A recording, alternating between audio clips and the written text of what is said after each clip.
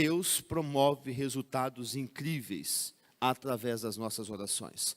O Otmani chega a dizer que as nossas orações colocam os trilhos nos quais o poder de Deus pode vir. Como uma poderosa locomotiva, o seu poder é irresistível, mas não pode chegar até nós sem os trilhos. Já viram uma locomotiva, 80 km por hora, e de repente para um caminhão em cima do trilho? O que a locomotiva faz? Despedaça tudo que está pela frente. Mas já viram uma locomotiva a 80 km por hora sem o trilho? Ela não sai nem do lugar. Toda a força que tem, mas ela não sai do lugar. O poder de Deus é irresistível. Arrebenta com tudo que estiver pela frente.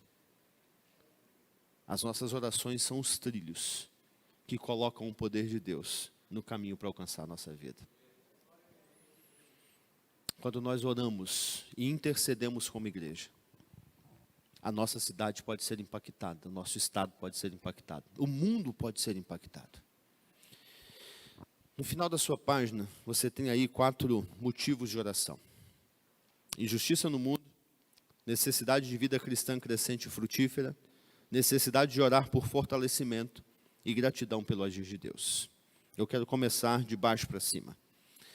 Aqui em Fortaleza, há motivos pelo qual nós devemos agradecer a Deus pelo seu agir? Você consegue perceber na cidade o agir de Deus em alguns momentos, em alguns aspectos, e que você diz: Senhor, nós temos que te agradecer. Porque se não fosse o Senhor, se o Senhor não tivesse agido, se o Senhor não tivesse feito, se o Senhor não estivesse fazendo, tem motivos? Ok. Aqui em Fortaleza tem necessidade de fortalecimento das igrejas, ou as igrejas já estão prontas e preparadas? Há necessidade? Porque isso aqui foi baseado lá no Sudeste. Eu não sei como é que está aqui. Há necessidade de crescimento de vida cristã e vida frutífera nos crentes aqui em Fortaleza? Ou as árvores já estão repletas, os frutos estão caindo de tão cheios?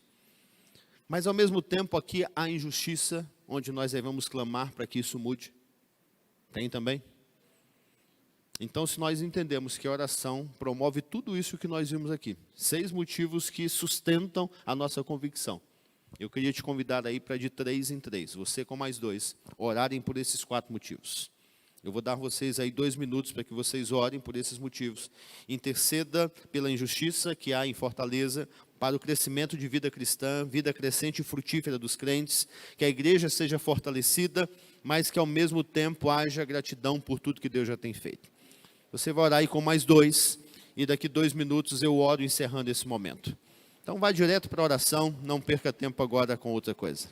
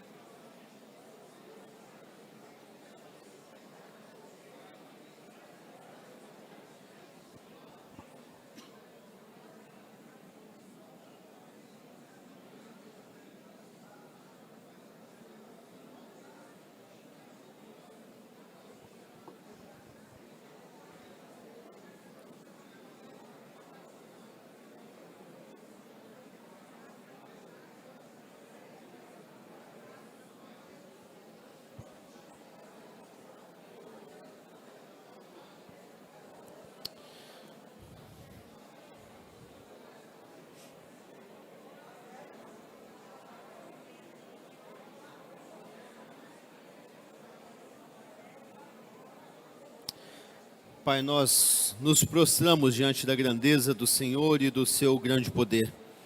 Nós reconhecemos a tua soberania e reconhecemos, ó Deus, que não há nada nem ninguém tão próximo ao Senhor. E é por isso que nós colocamos, ó Deus, a nossa necessidade, a nossa vida, porque sabemos que só o Senhor pode suprir, só o Senhor pode realizar, e nós não temos a quem recorrer, ó Deus, que tenha tamanho poder e tamanha graça. E por isso nós colocamos a cidade de Fortaleza, nós colocamos toda a questão de injustiça que há nessa cidade, e pedimos a intervenção do teu Santo Espírito. Pedimos que o Senhor haja em favor do injustiçado, em favor daquele, ó Deus, que tem sido oprimido, e que esse quadro mude, ó Deus, de tal maneira que as pessoas percebam o agir do Senhor. Colocamos, ó Deus, a vida das igrejas, ó Deus, pedindo fortalecimento, pedindo que cada crente tenha uma vida cristã crescente, frutífera, porque sabemos que serão os teus servos que irão impactar essa cidade através do teu poder e da tua graça. Por isso os desperta e usa-os, ó Deus, de tal maneira que o poder do Senhor seja anunciado. Ao mesmo tempo nós te agradecemos pelo seu agir, agradecemos pelo seu mover, por todas as coisas que o Senhor já tem realizado. E acreditamos que o Senhor ainda há de realizar muitas outras coisas, porque nós clamamos e pedimos no nome de Jesus. Amém e amém. Amém. Amém. Me perdoem ter que interromper um tempo tão precioso quanto esse, mas a gente precisa avançar um pouco mais. Queridos, quero te convidar para que você vá comigo para a página 14. Vamos pensar agora com mais detalhes, como eu disse, sobre o exemplo de Jesus, e por isso eu passei aquele verso apenas como um ponto de referência. Mas quando nós pensamos no exemplo de Jesus, nós estamos pensando no nosso exemplo maior e justamente na real motivação da nossa caminhada de vida cristã. E quando nós falamos no quesito de oração, há alguns pontos aqui que são muito importantes de nós assimilarmos e fazermos uma correlação com os nossos dias. Então vamos pensar em alguns textos bíblicos apenas. Lucas capítulo 5, verso 15 e verso 16. O texto diz: todavia, as notícias a respeito dele se espalhavam ainda mais, de forma que multidões vinham para ouvi-lo e para serem curadas de suas doenças. Mas Jesus retirava-se para lugares solitários e orava. Orava. Quantos pastores eu tenho aqui? Ok. Pastores, vocês sabem tudo aquilo que vocês têm como perspectiva ainda de realização pela frente do seu ministério. Em 3 anos, vocês dariam conta de realizar tudo que tem pela frente? 3 anos, eu não estou falando 3 dias em 3 meses, estou falando 3 longos anos. É possível resumir toda a agenda de vocês e colocá-las em 3 anos? Tranquilo? Não, pastores. A agenda ficaria muito cheia, muito apertada. Jesus teve 3 anos para cumprir a sua agenda ministerial de ministério público. 3 anos apenas. Jesus, eu acredito que tinha uma demanda de atendimento muito maior do que nós temos como pastor. Jesus tinha uma agenda de um gabinete que não se limitava mais ao seu gabinete físico, mas onde quer que Jesus fosse, as pessoas o procuravam pedindo conselhos, orientações, instruções de vida, apresentando necessidades. Jesus tinha que se colocar como atendimento, como pregador, como mestre, como profeta, como que curava, como que realizava, enfim, tudo cabia só a ele. Jesus não tinha uma equipe ministerial e nem um conselho de uma igreja para ajudá-lo. Tinha, na verdade, 12 discípulos que de vez em quando mais atrapalhavam que ajudavam. Porque eles tinham que aprender e ensinar, e Jesus tinha que discipulá-los e prepará-los para todo o ministério também nos 3 anos. Esse texto me diz que em um momento onde uma grande multidão, por causa da fama de Jesus, se espalhava, comprimiam Jesus, apertavam Jesus, exigiam de Jesus, o que Jesus faz? O que diz o texto? Mas Jesus retirava-se para lugares solitários e orava. Sabe aquele dia onde a gente está com a agenda apertada? Não só pastores agora, mas todos nós. Onde a gente olha e diz, meu Deus, se o dia hoje fosse de 26 horas, seria uma bênção na minha vida. Se a semana tivesse 10 dias, que maravilha. Porque a gente deixa as coisas para outro dia, porque não dá conta de fazer. para outra semana porque não conseguiu realizar. Sabe, nesses dias, o texto me diz que Jesus se retirou para orar. Quanto maior a nossa demanda, quanto mais cheia a nossa oração, quanto mais corrido o nosso dia, quanto mais repleto a nossa semana, maior necessidade de oração nós temos. E geralmente é o contrário. Dia cheio, menos oração. Porque onde eu vou arrumar tempo para passar orando? Mas o texto me diz que quando todo mundo comprimiu Jesus, ele falou, peraí gente, fica aí, senta todo mundo aí. Quem tiver que morrer, que morra. Quem vai aguentar mais um pouquinho, espera, porque eu vou orar. Porque quanto maior a demanda, mais nós precisamos de sabedoria. Mais nós precisamos de discernimento. Mais nós precisamos de instrução vindas do céu. Há um outro texto de Lucas, capítulo 6, verso 12, que me diz assim: em um daqueles dias, Jesus saiu para o monte a fim de orar e passou a noite orando a Deus. Queridos, o que você acha que diz aí, ou que quer dizer em um daqueles dias? Que dias? Em um daqueles dias. Dias maus. Dias terríveis. Mas se for em um daqueles dias de paz, de bonança, em um daqueles dias de fartura. Porque a grande questão nesse texto, a ênfase, não é em quais são os dias, ou qual a característica do dia. Porque se são dias bons ou dias ruins, se são dias de tormento ou dias de bonança, a ênfase no texto é o fato de que Jesus então se retira, que Jesus vai para o monte e passa a noite em oração. O grande ensinamento desse texto não é num daqueles dias. Por isso que está justamente oculto a informação sobre os dias. Simplesmente mencionei nenhum daqueles dias. Porque se a ênfase fosse sobre os dias, o texto diria, nenhum daqueles dias terríveis. Não, mas diz, nenhum daqueles dias. E aí você pode interpretá-lo da maneira que você quiser. Num dia cheio ou num dia vazio. Tranquilo ou num dia de tormento. Mas o que nós não negociamos, o que não dá para nós termos uma livre interpretação, é o fato de que Jesus passa a noite orando a Deus. Diz para mim, quanto tempo atrás, ou quanto tempo faz, que você já não passa mais uma noite em oração? Não pelo fato que você não consegue dormir. Eu estou falando numa daquelas noites de insônia, não. Porque aí a oração se tornou consequência de algo maior. Mas eu estou dizendo por opção, de dizer, não, eu vou separar um tempo para eu estar só com Deus. Lucas, capítulo 9, verso 18. Não está projetado aí, mas diz o texto, certa vez Jesus estava orando e com ele estavam seus discípulos. A importância de pensarmos também em uma vida de comunhão, de oração. Texto seguinte, Lucas 9, 28, agora sim ele diz, aproximadamente 8 dias depois de dizer essas coisas, Jesus tomou consigo Pedro, João e Tiago e subiu em um monte para orar. Dois contextos agora de orações coletivas. O texto me diz que em determinado momento Jesus orava com todo mundo, reuniu os discípulos e diz, vamos orar. Mas o texto me fala de um momento em que Jesus reúne quem? Pedro, Tiago e João, os mais próximos, e diz, vem cá, nós vamos orar agora.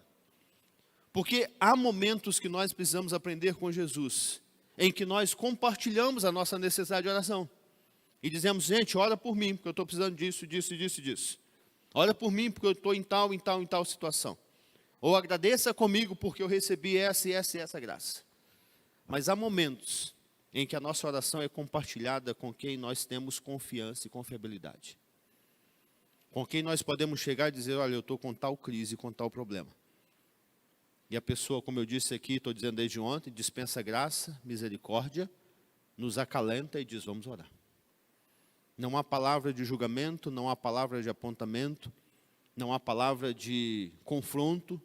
É o momento onde a pessoa diz, você precisa de orar, eu vou orar com você. É fácil nós encontrarmos na igreja de Jesus pessoas de tamanha confiabilidade, onde nós abrimos o nosso coração, expomos a nossa vida? Eu não conheço a igreja de vocês, por isso que eu estou perguntando. É fácil? pastores que estão aqui, é fácil nós encontrarmos colegas de ministério, onde nós podemos abrir o nosso coração, e a confiabilidade ser uma característica daqueles que nós procuramos. Porque quando nós não encontramos esse ponto de confiabilidade, como Jesus encontra com seus discípulos, nós temos que nos tornar as pessoas confiáveis então. Porque se nós vivemos uma escassez de confiabilidade, é preciso exercermos em nós a característica de sermos nós os confiáveis. Eu já vi várias e várias vezes alguém chegar em um culto de oração e pedir oração por uma outra pessoa e expor a vida da outra pessoa. Quebrou um princípio de confiabilidade. Se eu fui até você, expus a minha vida, uma necessidade, algo mais íntimo, e pedindo oração, você ora por mim e comigo. Mas isso não lhe permite ir às pessoas e fazê-lo. Porque se Jesus quisesse expor aqui, Jesus teria feito só a primeira parte do texto que lemos de Lucas 9:38, quando ele reúne os discípulos e diz, vamos orar. Mas agora era um momento mais íntimo. Sabe, a gente precisa ver algumas características que é desenvolvida no ministério de Jesus sobre oração e entender que isso pode mudar muito o nosso contexto. Porque quantas pessoas estão padecendo porque não conseguem abrir o coração e confiar em alguém. Sabe, às vezes nós estamos próximos dessa pessoa. E de repente nós somos informados de uma notícia que a pessoa chegou ao extremo de uma crise. Entrou em depressão, entrou em ansiedade, deu crise de pânico. Ou tirou a própria vida e a gente diz, mas eu estava tão perto. E a pessoa não conseguiu abrir o coração. Oração é instrumento de confiabilidade e é instrumento de cura pessoal. Alguém me pediu para orar? Eu vou orar. A igreja não precisa orar. A não ser que a pessoa diga, você pode compartilhar isso com alguém. Ou que você pergunte, eu posso pedir mais algumas pessoas para orar sobre isso? Olha o que diz ainda o texto de Lucas, capítulo 22, 40 e 41, no final da sua página 14. O texto diz que chegando ao lugar, ele lhes disse, orem para que vocês não caiam em tentação. Ele se afastou deles uma pequena distância, ajoelhou e começou a orar. Queridos, nos momentos principais, nos momentos fundamentais da vida de Jesus, ele orava. Nos momentos corriqueiros também Jesus orava. Mas o ministério de Jesus é enfatizado por momentos onde as decisões, por momentos onde a vida não é direcionada pelo conhecimento pessoal ou pelo entendimento pessoal, mas por oração. Tem uma frase aí no final da sua página 14. Por favor, leia essa frase para mim em voz alta.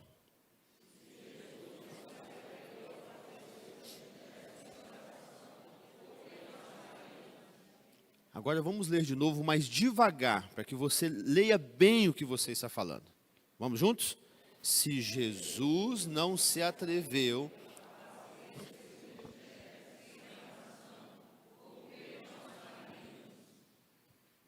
Eu acredito que Jesus era muito mais capaz, muito mais inteligente, muito mais sábio, muito mais esperto, muito mais conectado, que Jesus tinha uma relação muito mais profunda com Deus, de que Jesus tinha um desejo muito maior que o nosso, que Jesus era muito mais santo do que nós somos, e ainda assim, o seu ministério é pautado e baseado, fundamentado na oração.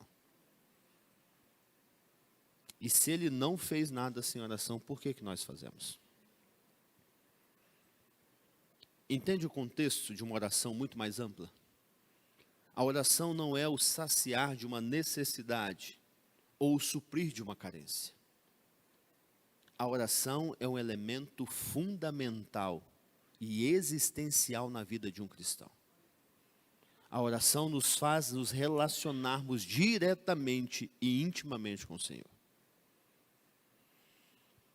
Para isso a gente precisa entender alguns princípios fundamentais da vida de oração. Página de número 15.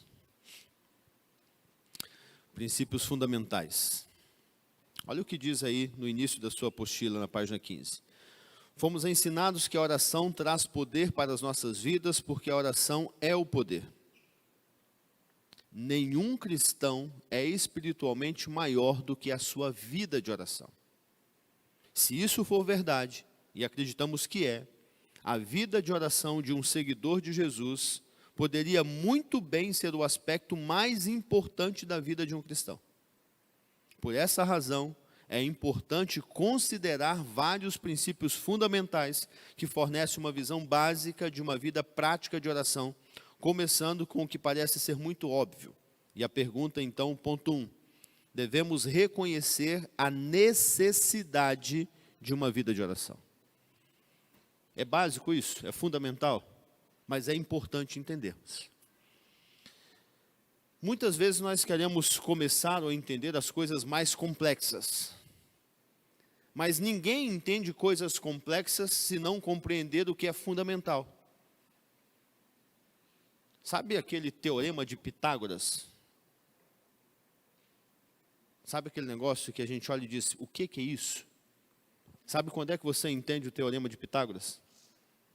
A partir do momento que você sabe que 1 mais 1 são 2. Porque se você não souber o básico, não adianta você chegar lá em cima que você não entende. É preciso começar do fundamental. Se queremos entender, então, princípios de uma vida de oração, precisamos entender, no primeiro momento, a necessidade de uma vida de oração. Olha o que está escrito aí, o versículo de Lucas 5,16. Mas Jesus retirava-se para lugares solitários e orava. Charles Spurgeon vai dizer, existe uma noção vulgar, que a oração é uma coisa muito fácil. Um tipo de negócio comum que pode ser feito de qualquer maneira, descuidadamente, sem nenhum esforço. Alguns pensam que você só precisa ler um livro de frases e falar um certo número de palavras excelentes. Isso é um conceito vulgar. Vulgar no sentido de ser simplório, simplista demais, de não dar o valor devido à oração. Queridos, é incrível perceber que nós falamos, nós conversamos, nós gesticulamos de uma maneira. Agora já percebeu que algumas pessoas quando vão orar mudam? Parece outra pessoa? E diz, porque agora, ó Deus Santo, Senhor poderoso. Ó Deus sabe, muda a entonação da voz. Muda a expressão, muda as palavras. Deus sabe que nós somos. E quando a gente começa, a gente fala, porque nós foi, nós vai, aí com Deus a gente quer buscar um vocabulário que não é nosso.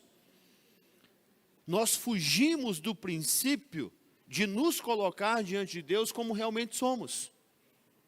Só que Deus conhece o nosso coração. Quando a gente vem com esse monte de palavras, de expressões, com coisas que não são da verdade, o que sai do nosso coração, Deus diz, olha, não sei quem você é. De onde você está vindo? Sabe, porque Deus quer que nós tenhamos relacionamento. A oração é a expressão de intimidade, de dizer, Senhor, sou eu mesmo. Estou aqui cheio de falhas, cheio de defeito. Eu sou assim. Sabe, o Senhor sabe quem eu sou. E eu preciso colocar para o Senhor o que está acontecendo. Isso é oração. Então, esse conceito vulgar de que a oração se tornou algo externo, porque a oração é audível, e quem me ouve orando vai interpretar a minha vida a partir da minha oração, isso me desconecta com Deus. Porque quando eu estou em oração, eu não estou orando para que alguém me entenda, para que alguém me ouça, para que alguém me interprete. Eu estou falando com Deus. E Deus sabe quem eu sou, muito melhor do que eu. O texto de Isaías vai dizer que antes que haja na minha boca palavras, Deus já o sabe. E aí quando eu formulo lá no meu coração o que eu quero, e eu transformo em palavras diferentes, eu digo, não, está desconexo, tem uma interferência. Lá dentro está dizendo uma coisa, aqui fora está dizendo outra. Muitas vezes, o balbuciar de palavras nem é oração. Porque oração é falar com Deus e não com pessoas. E se eu estou externando aquilo que eu quero dizer para pessoas, Deus não está ouvindo, que ele está dizendo, não, você não está falando comigo, você está falando com ele. Então, é muito importante nós entendermos esse conceito básico de necessidade. Por isso, você tem aí uma escalazinha de 1 a 10 na sua apostila. E esse é um momento muito importante quando nós estamos falando aqui de oração. Pode parecer para você simples o que eu vou dizer agora, básico, você vai dizer, mas... Não, é muito importante. É preciso que você identifique em que nível está a sua vida de oração, baseado no que nós temos conversado aqui e já falado. E por que é importante que você identifique? Porque o processo de mudança, ou qualquer mudança, só acontece na nossa vida a partir do momento de uma avaliação sincera. A partir do momento de uma avaliação sincera.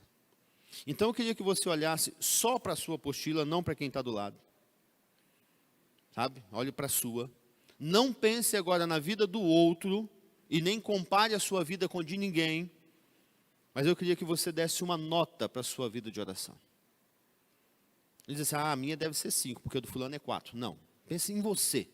Que nota você se daria na sua vida de oração de 1 a 10? Vai lá, marca a sua nota aí. Eu não quero saber, eu não vou perguntar a sua nota.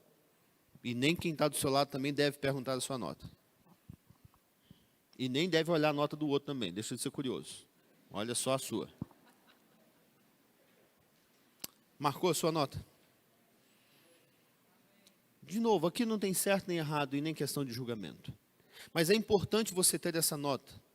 Porque eu quero desafiar você, daqui a 30 dias, você voltar nessa página e você olhar para a sua nota. E se você colocou aqui 3, daqui a um mês você voltar e tiver 3, você vai dizer, poxa vida, não melhorei nada. Se você tiver com 6, você vai dizer, uau, eu tenho entendido o caminho e eu tenho achado um meio de melhorar o meu relacionamento com Deus em oração. Eu preciso prosseguir nesse caminho e avançar um pouco mais em algumas coisas que eu não faço. Se daqui a um mês você volta e a sua nota caiu de 3 para 2, você vai dizer, poxa vida, eu tenho vacilado ainda mais na minha vida de oração. Se a sua nota hoje é 10, eu acredito que alguém pode ter a nota 10. Se a sua nota hoje é 10, daqui a um mês você tem que voltar e tem que dizer, eu tenho perseverado e a minha nota continua 10. Ou você caiu para 9, você vai dizer, poxa vida, alguma coisa eu estou fazendo errado. A avaliação é importante para que você se encontre e para que você tenha ferramentas para avançar. Porque daqui para frente a gente vai falar sobre ferramentas, de como avançar, de como melhorar, de como crescer. Porque agora a gente viu exemplos, necessidade e alguns princípios fundamentais que vão nos ajudar a ampliar a visão e algumas ferramentas que nos ajudam a avançar. Por isso, a sinceridade aqui. Todo mundo respondeu? De verdade, mesma nota? Ok, então segue comigo aí para o ponto 2. Guarda a sua nota no seu coração aí. O ponto 2 da página 15 diz que nós devemos reconhecer um fato inquestionável. Deus ouve e responde à oração. Olha o que aqui diz o texto de 1 João, capítulo 5, verso 14. Esta é a confiança que temos ao nos aproximarmos de Deus. Se pedirmos alguma coisa de acordo com a sua vontade, Ele nos ouve. Se pedirmos alguma coisa de acordo com a sua vontade, Ele nos ouve. Então, esse fato de que Deus responde, isso precisa ser inquestionável na nossa mente. Precisa haver uma convicção. Na página 16, você tem uma frase de Spurgeon dizendo, não devemos tolerar nem mesmo por um minuto o pensamento horrível e doloroso de que Deus não vai responder à oração. A natureza dele, como eu sei, manifestada em Cristo Jesus, o exige. O tempo inteiro a Escritura diz que quando nós orarmos, Deus vai ouvir e Deus vai atender. Deus vai ouvir e Deus vai responder. Agora precisamos entender que sim é resposta, não é resposta e silêncio também é resposta. Ouvir o sim de Deus é a coisa mais agradável, porque nós dizemos, uau, Deus concedeu. Ouvir o não de Deus é um alívio, porque a gente entende, Deus não quer e ponto final. Minha experiência, estou dizendo de mim. O momento de silêncio é o momento de maior tormento. Você diz, e aí, é sim, é não? O que, que eu faço, o que, que eu não faço?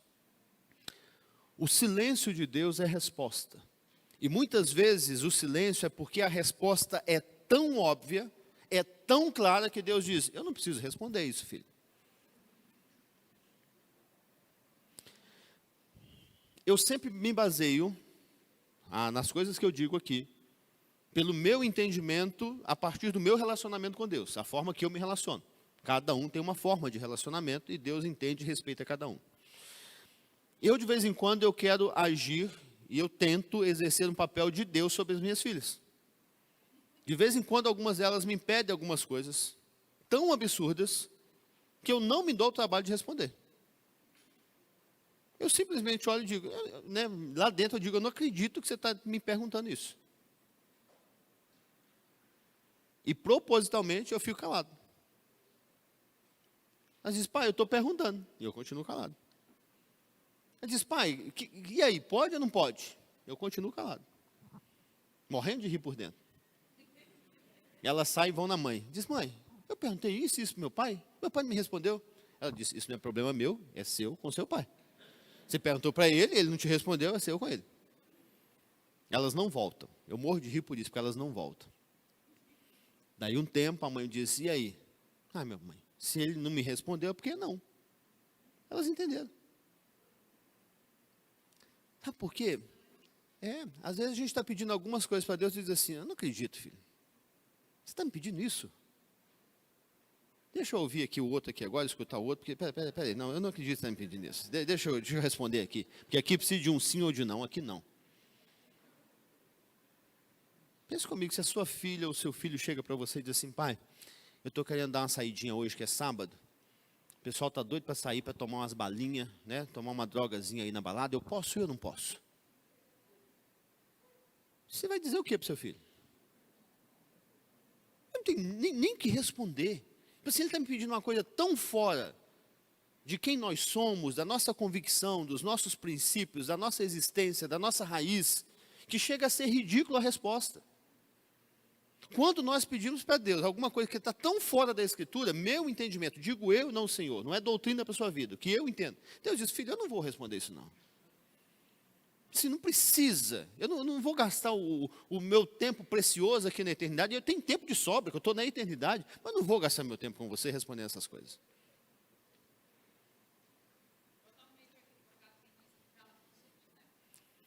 Aí é pior, porque às vezes quem cala consente, ele está pedindo uma coisa errada e ele vai consentir.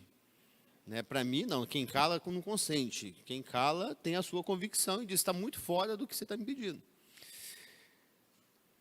Quando eu olho para a Escritura me dá parâmetros de quem eu sou, de como eu devo agir, do que eu devo fazer, a quem eu devo obedecer. Tudo que está fora do parâmetro, está fora de uma realidade. E muitas vezes Deus já falou conosco uma coisa. Deus disse, olha filho, é esse o ministério que eu tenho. É isso que eu quero que você faça. É essa a orientação que eu tenho.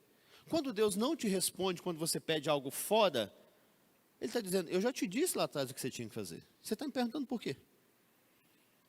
Eu pastoreei uma igreja uma vez, e no segundo ano de ministério eu entrei na minha crise. Eu tinha convicção que Deus tinha me levado para lá, tinha havido todo um mover, todo um agir, toda uma confirmação na família, e nós estávamos exercendo o ministério, num momento assim, de extrema paz e tranquilidade do ministério, tudo acontecendo, tudo fluindo. Eu dizia assim, gente, eu estou pensando na igreja, e nós também estamos pensando, nós vamos fazer.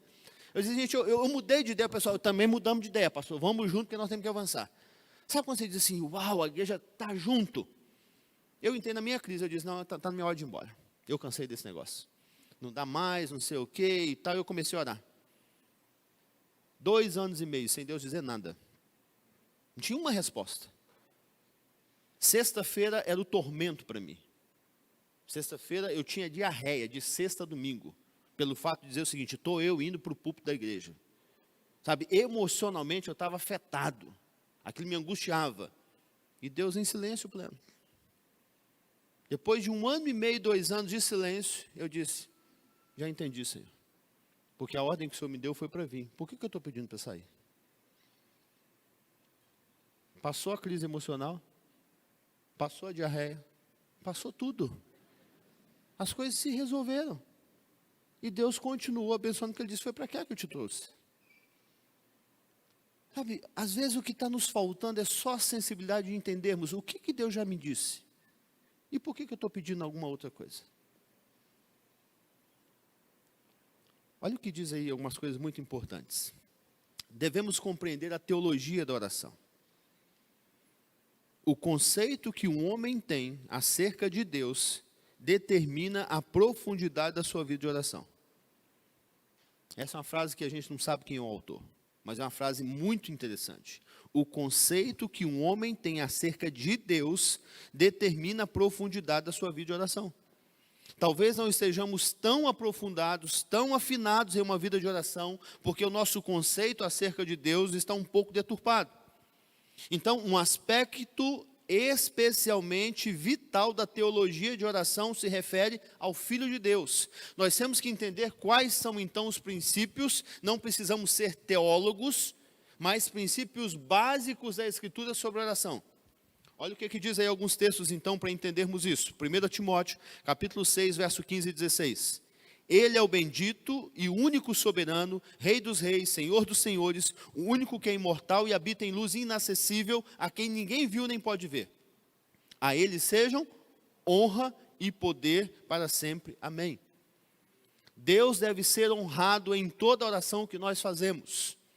E daqui a pouquinho eu quero confrontar você sobre honra em oração. João 14, 13 e 14 diz, e eu farei o que vocês me pedirem em meu nome, para que o Pai seja glorificado no Filho. O que vocês me pedirem em meu nome, eu farei. A palavra é meu. 1 Timóteo, capítulo 2, verso 5, o último texto da página 16, diz, mas há um só Deus e um só mediador, entre Deus e os homens, o homem Cristo Jesus.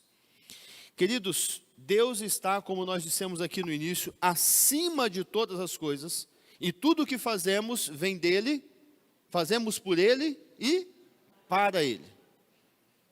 A nossa vida precisa honrar ao Senhor e as nossas orações também precisam honrar ao Senhor. Se você seguir comigo aqui para a página 17, porque para mim o glorificar e orar está muito próximo, eu quero dar um exemplo claro nisso só. Página 17.4. Devemos reconhecer os verdadeiros propósitos da oração. Qual é o primeiro propósito? Deve glorificar a Deus. 4.1, glorificar. Olha o que diz Donald DeMari na sua frase. O propósito da oração não é obter uma vida fácil, mas glorificar a Deus. A oração que você tem feito, ela honra e glorifica a Deus. Ou a oração tem sido direcionada para honrar a sua vida, glorificar os seus desejos e satisfazer, então, o conduzindo para uma vida fácil. A gente precisa avaliar. Sabe aquele vizinho que nós oramos pela conversão dele? Aquele que chega sexta-feira do trabalho, por volta das 19, liga o som do carro ou da casa na maior altura, com músicas que nós não suportamos ouvir. Acende a churrasqueira no quintal com um cheiro que nós não suportamos sentir, porque temos a vontade de comer o que ele está comendo. E aquele som e aquela churrasqueira fica ligado e acesa, de sexta-feira às 19, até no domingo às 20 horas, e aquilo vai direto, porque domingo às 20 ele desliga o som, ele apaga a churrasqueira e diz, porque amanhã eu tenho que trabalhar. E a gente passa o final de semana atormentado, sabe aquele vizinho? E a gente ora pela conversão dele, não ora? A gente diz, Senhor, abençoa, converte, quebranta, muda. Aí o sujeito foi e se converteu. E a gente diz, glória a Deus. Na sexta-feira, depois da conversão, o vizinho chega às 19, acende a churrasqueira, liga o som na maior altura, com Cassiane, 500 graus de furo, fogo e poder. E o som fica ligado até no domingo às 20, a churrasqueira acesa até no domingo às 20, a gente diz, meu Deus, o sujeito se converteu, mas continua atormentando a minha vida. A nossa oração é para que o vizinho se converta, para que Deus seja honrado e glorificado na vida dele, ou nós queremos que o vizinho se converta para nós termos uma vida mais fácil? Entende? Esse é o conceito da oração que honra e glorifica a Deus. Não é a oração que nos fornece um benefício, mas é a oração que mostra, a oração que se realiza, a oração que se concretiza e que Deus reconhece o poder de Deus. Há muitos pais orando pela conversão dos filhos adolescentes. E Deus não tem nenhum objetivo nessa oração. Oramos para que os filhos se convertam e não usem drogas, não vão para a noitada, que os filhos se comportem, que sejam bons alunos, que tenham uma boa profissão, para que nós sejamos honrados. Não tem nada a ver com Deus essa oração. A oração tem que ser para que os filhos se convertam e tenham uma experiência com Deus. Temos orado para que os nossos filhos se tornem doutores, advogados, médicos, engenheiros. Quantos aqui têm orado exaustivamente para que Deus seja glorificado na vida dos seus filhos adolescentes, para que eles tenham um encontro com Deus agora na adolescência e que se tornem um missionário no Afeganistão? Quantos aqui têm orado por isso? Para que Deus o leve para um país de perseguição, para um país onde o evangelho ainda não chegou, para um país onde as pessoas ainda não tiveram encontro com Jesus. Tem orado pelos seus filhos nesse sentido? Mas talvez você tenha orado para o seu filho ser um doutor, um bom advogado, um bom engenheiro. A nossa oração é para glorificar a Deus, ou a nossa oração é para satisfazer as nossas necessidades? Princípio básico. A oração para o marido se converter, para a esposa se converter, para os pais se converterem, é para a manifestação do poder de Deus ou para a vida fácil? 4.2, a página 17 diz: deve levar a maior comunhão com Deus. Olha o que diz João, capítulo 15, verso 7. Se vocês permanecerem em mim, e as minhas palavras permanecerem em vocês, pedirão o que quiserem, e lhes será concedido. Pedirão o que? Gente, tem muita gente tendo problema com isso. Tem muita gente dizendo, mas eu já pedi e Deus não me deu.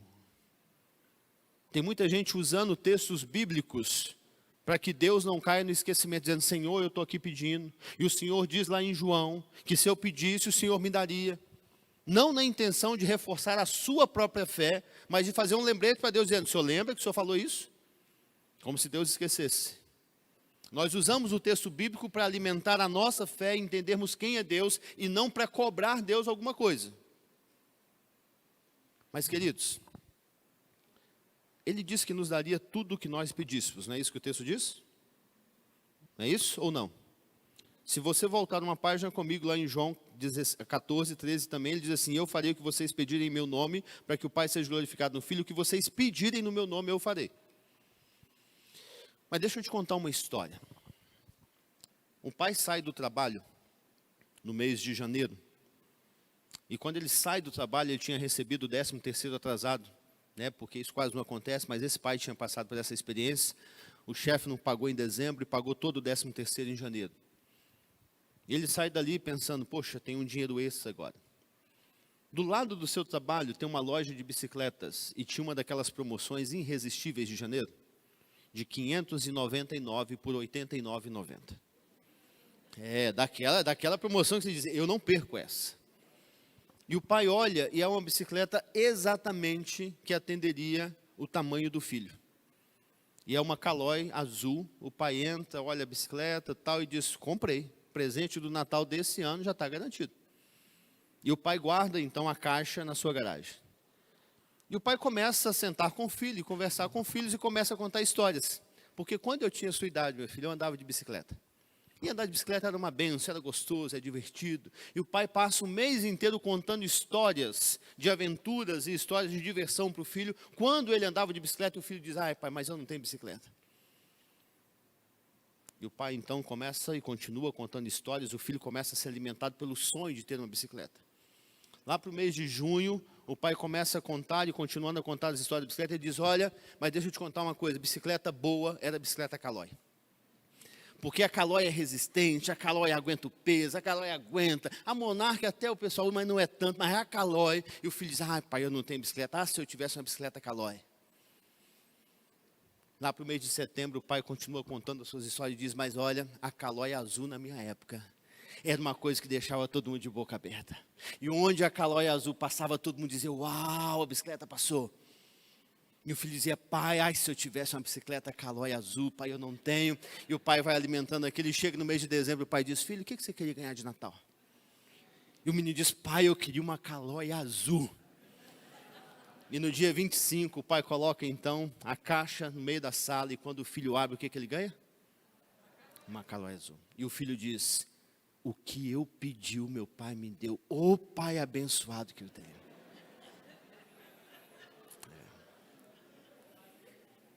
O pai sabia exatamente o que seria melhor para o seu filho. E o pai foi dando informações para que o filho entendesse o que ele tinha para receber. O céu está recheado de calóis azuis com o nosso nome. Recheado. Só que nós às vezes estamos pedindo uma monarca vermelha. E nós não receberemos. Nós não receberemos. É por isso que Jesus diz que o que nós pedimos no nome dEle, segundo a vontade dEle, Ele nos daria. Não segundo a nossa vontade. Quando nós entendemos o princípio das Escrituras, quando nós entendemos o conteúdo das Escrituras, quando nós entendemos o que Deus tem para a nossa vida, nós vamos pedir o que Ele tem para nos dar, e nós vamos receber, porque tudo o que pedirmos segundo a vontade dEle, no nome dEle, nos será concedido. Porque Ele sabe exatamente o que nós precisamos, quando nós precisamos, da forma que precisamos e na intensidade que nós precisamos. Por isso é muito importante nós equilibrarmos a nossa vida de oração com a nossa vida do conhecimento da palavra. A intimidade com Deus, o relacionamento com Deus se promulga através de vida de oração e através de conhecimento da Escritura. Porque quanto mais entendemos a Escritura, quanto mais nós conhecemos a Deus, menos nós vamos pedir fora do desejo e da vontade dEle. E é por isso que algumas coisas nós pedimos e Ele diz, eu não vou nem responder. Porque se o filho tivesse dito para o pai, pai, eu quero uma monarca vermelha, o pai diria, eu não vou nem responder, porque eu não tenho para dar. Nós devemos entender que nós precisamos ter maior comunhão com Deus. O 4.3 da sua página 17 diz que nós devemos orar para que vidas conheçam Jesus. A nossa oração não é apenas para suprir a nossa necessidade, mas o propósito da oração é a colheita de almas para o Senhor. Se você for comigo no último texto da sua página 17, que diz assim, interceder através da oração é ficar entre vivos e mortos, número 16 diz, Arão se pôs entre os mortos e os vivos e a praga cessou. O contexto de números 16 é o momento em que uma praga horrível estava vindo sobre o povo e dizimando a vida das pessoas. Entre, a palavra, Adão se pôs entre vivos e mortos. Quando Arão percebe que as pessoas estavam sendo dizimadas, Arão se enche de compaixão pelas pessoas, ao ponto que ele se coloca literalmente na direção em que a praga estava vindo, e ele diz, Senhor, tem compaixão desse povo. Porque se essas pessoas que estão para trás de mim forem morrer, eu também vou. E naquele momento a praga cessou. E Arão está literalmente entre mortos e entre vivos. Nós vivemos em um contexto onde a praga do pecado tem dizimado vidas. As pessoas estão mortas espiritualmente. E se nós não nos colocarmos entre os mortos e os vivos, toda uma outra geração irá ser dizimada e irá se perder. Olha o que aconteceu na sua vida e na sua história. O dia em que Cristo entrou na sua vida, a praga cessou. Eu fui o primeiro a me converter na minha família. E quando eu encontrei com Cristo, a praga cessou. A maldição do pecado da minha família foi destruída. Porque as minhas filhas conhecem Jesus. Eu creio que os meus netos e os meus bisnetos vão conhecer Jesus. A história de maldição foi interrompida. Porque a partir do meu entendimento, da minha experiência, uma nova história é construída e é contada para a minha família. O mesmo aconteceu na sua casa, o mesmo aconteceu com a sua vida. Talvez os seus pais já tenham tido uma experiência, os seus avós tenham tido, mas interromperam. E agora a sua história foi mudada. Se você, como eu, foi o primeiro a se converter, a história da sua família está sendo mudada. Porque a partir de você, outras pessoas surgirão com vida e não mais mortos. Nós temos que entender que o nosso papel nessa sociedade, o nosso papel nesse mundo é nos colocarmos entre os vivos e os mortos. E a partir do nosso contato, a partir da nossa experiência com as pessoas experimentarem a vida que há em Cristo e não mais serem dizimadas pelo pecado. Mas é interessante perceber que Arão se dispõe, ele toma a decisão, ele tem um direcionamento de fazê-lo. Se você segue comigo ainda um pouco mais e vai comigo para a página 18. A parte B é justamente a afirmação, bem como estar na brecha. E a letra C diz, em nome da humanidade perdida e moribunda, para que eles sejam salvos. A intenção é percebermos que nós temos que nos encaixar. É nós é que temos que entrar no espaço. É nós é que temos que tomar ação. A iniciativa cabe a nós e não do mundo. A oração se torna então, a partir de agora, olha o que diz o 5. Orar pelos outros, a intercessão. A oração, ela tem que sair do campo de suprir as nossas necessidades. A oração, ela tem que ir além da nossa própria vida. A oração tem que romper e ultrapassar as barreiras de tudo aquilo que nos promove um bem-estar. A oração é um instrumento, sim, para que isso aconteça. A sua necessidade, a sua ansiedade, a sua preocupação, as suas vontades, desejos, sonhos, tem que ser colocada a Deus em oração. Mas a sua vida e a minha vida de oração não podem se limitar a isso. A nossa oração tem que alcançar outras pessoas através da intercessão.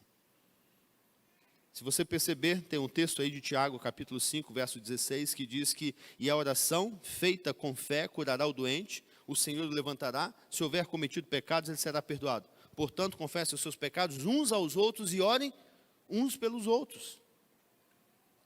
Agora pense comigo, como as pessoas que não têm Cristo, as pessoas que não têm a experiência com o Espírito Santo, as pessoas que não tiveram o entendimento da grandiosidade de Deus, como que elas irão colocar os questionamentos e as crises diante de Deus? Elas não sabem fazê-lo. E elas não têm como fazê-lo. Mas quando nós nos colocamos como intercessores, nós entramos na brecha e nós nos colocamos entre vivos e mortos. Nós somos usados por Deus como instrumento para abençoar e para mudar a história de vida de pessoas. Vidas que talvez nós não conheçamos, vidas que talvez nós nunca chegaremos a nos relacionar, mas como intercessores nós ajudamos na mudança e nós ajudamos na transformação da história delas. Se você vai comigo para o 5.1, você tem intercessão, é amor de joelhos. Olha o que diz o texto de Mateus, capítulo 9, verso 36. Ao ver as multidões, teve compaixão delas, porque estavam aflitas e desamparadas como ovelha sem pastor. Então a palavra aí é compaixão. Mateus 9, 36. João Calvino, na sua frase, na página 18, ele diz, interceder pelos homens é a maneira mais poderosa e prática em que podemos expressar amor por eles. Vá comigo ainda para a página 19, vamos fazer a junção desses tópicos. 5.2, a intercessão deve ser um peso.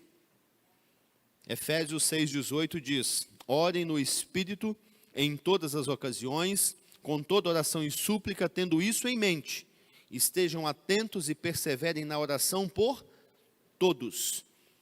Colocamos aqui o sentido de a oração deve ser um peso, e o peso está entre aspas, porque é o peso de ter que abrir mão do seu tempo com Deus em favor da vida de outra pessoa.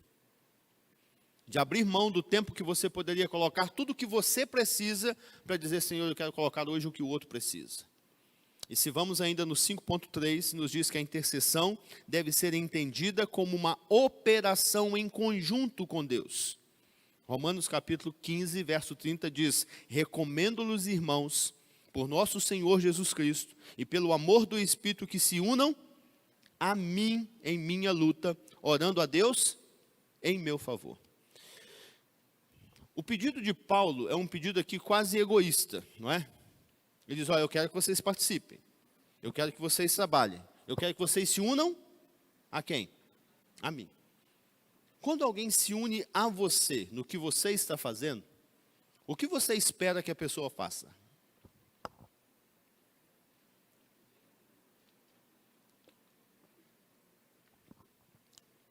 Você está realizando um trabalho. Você pede a algumas pessoas que se unam a você no que você está fazendo no trabalho. O que você espera que as pessoas façam? Que acrescentem, que ajudem. Oi? Repetir as realizações. Você gostaria que alguém se unisse a você e dissesse assim, olha, é melhor a gente não fazer assim. Deixa eu te dar uma orientação aqui como nós vamos fazer. Você gostaria que alguém se unisse a você dessa maneira? Eu não. Você gostaria que alguém se unisse a você e dissesse assim, não precisa dizer o que eu vou fazer não. Você vai fazendo aí o que você já está fazendo e eu vou fazendo aqui de um outro jeito. Também não. Você quer se unir a mim para me ajudar? Então faz o que eu preciso e o que eu estou te orientando. Ah, por quê? Não, por que nada? Eu quero que faça assim. É o que Paulo está dizendo. Ele diz, eu quero que vocês se unam a mim em minha luta, orando a Deus em meu favor. Queridos, quando a gente entende esse conceito de oração, olha o que diz aí, 5.3 diz o que mesmo? Intercessão deve ser entendida como uma operação em conjunto com quem? Com Deus. Já viram quando nós temos polícia militar, polícia civil e exércitos unidos em uma operação? A polícia militar ela tem um foco, ela tem um objetivo e ela tem um sistema de trabalho. Polícia civil o mesmo e o exército também o mesmo. Cada um tem uma função descrita e distinta no seu papel na sociedade. Quando esses três poderes ou essas três forças se unem em uma ação em conjunto, em uma cooperação comum, qual é o objetivo que prevalece? Qual é o propósito que prevalece? De qual organização? Do exército?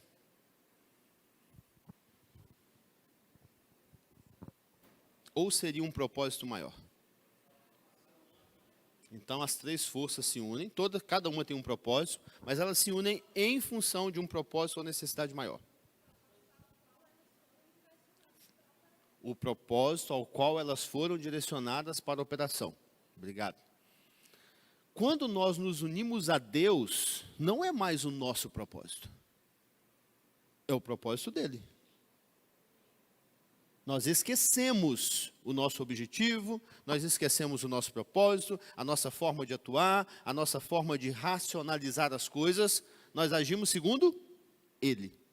Agora, qual é o maior propósito de Deus, ao qual todos nós nos unimos? Fazer discípulos, salvação,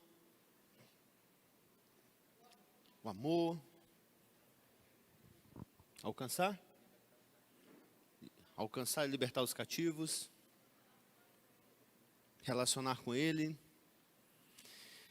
Se eu disser que nenhum desses é o propósito maior, são propósitos, mas não é o propósito maior.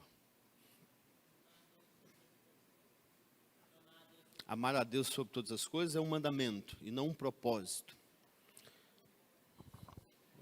Eu ouvi alguma coisa aqui muito importante. A glória dele é o propósito maior. Deus quer ser glorificado sobre todas as coisas. Ganhar almas glorifica a Deus. Interceder glorifica. Tudo é propósito menor. O propósito maior é a glorificação. Nós vemos isso descrito desde o livro de Gênesis até o livro de Apocalipse. Deus não cede, Deus não dá, Deus não negocia a glória dele para ninguém e por nada. Quando nós pegamos em Gênesis, a partir do capítulo 12, o que nós temos é a manifestação clara de um ciclo que vai se repetindo no decorrer da história. Deus manifesta o seu poder, a sua grandeza e a sua glória sobre a vida de um homem chamado Abrão. Deus revela o seu entendimento, Deus revela a sua vontade, Deus revela o seu objetivo e diz a Abrão, eu vou mudar o seu nome e a partir disso você vai ser alguém que vai abençoar todas as famílias da terra. Como que Abraão poderia abençoar as famílias da terra? Anunciando a glória, o poder e a grandeza de Deus. Deus então inicia um ciclo. Ele revela o poder sobre a vida de Abraão. Abraão revela a glória de Deus sobre as nações e as nações glorificam o nome de Deus. Abraão não cumpre o seu papel plenamente e perfeitamente. Deus então cria para si um povo. Um povo que não existia e Deus cria. Qual é esse povo? Povo que não existia e Deus cria para si um povo. Povo dele. Israel. Israel tinha um propósito como povo de Deus: anunciar a grandeza e a glória de Deus a outras nações. Israel não compreende muito bem isso, e Israel começa a entender que para que as pessoas então glorifiquem a Deus, elas precisam se tornar também israelitas. Deus manda para o cativeiro, Deus tira do cativeiro, Deus manda praga, Deus tira praga, Deus tenta ajustar, mas Israel não consegue então levar a glória de Deus perfeitamente às nações e as nações glorificarem a Deus. Deus então diz: ninguém conseguiu. Deus então vem como o próprio Filho encarnado, na intenção de que Jesus levasse a glória de Deus a outras pessoas e às nações, para que as pessoas então se voltassem e glorificassem a Deus. Jesus é assunto aos céus e deixa agora a responsabilidade. A glória de Deus foi manifestada sobre a igreja de Jesus, para que a igreja glorifique a Deus nas nações e as nações glorifiquem ao Pai Celestial. Quando nós nos unimos então em intercessão, é entendermos que nós estamos nessa ação em conjunto com Deus. Os nossos propósitos de vida, os nossos propósitos ministeriais, o nosso propósito como igreja, não se é mais levado em conta, não é mais considerado, porque nós estamos em uma ação em conjunto, onde o propósito de Deus é que nos direciona. Então a nossa intercessão deve levar pessoas a glorificar o nome do Senhor. Por isso a intercessão precisa ser exercida e precisa ser uma ferramenta utilizada por todos nós quando pensamos em oração.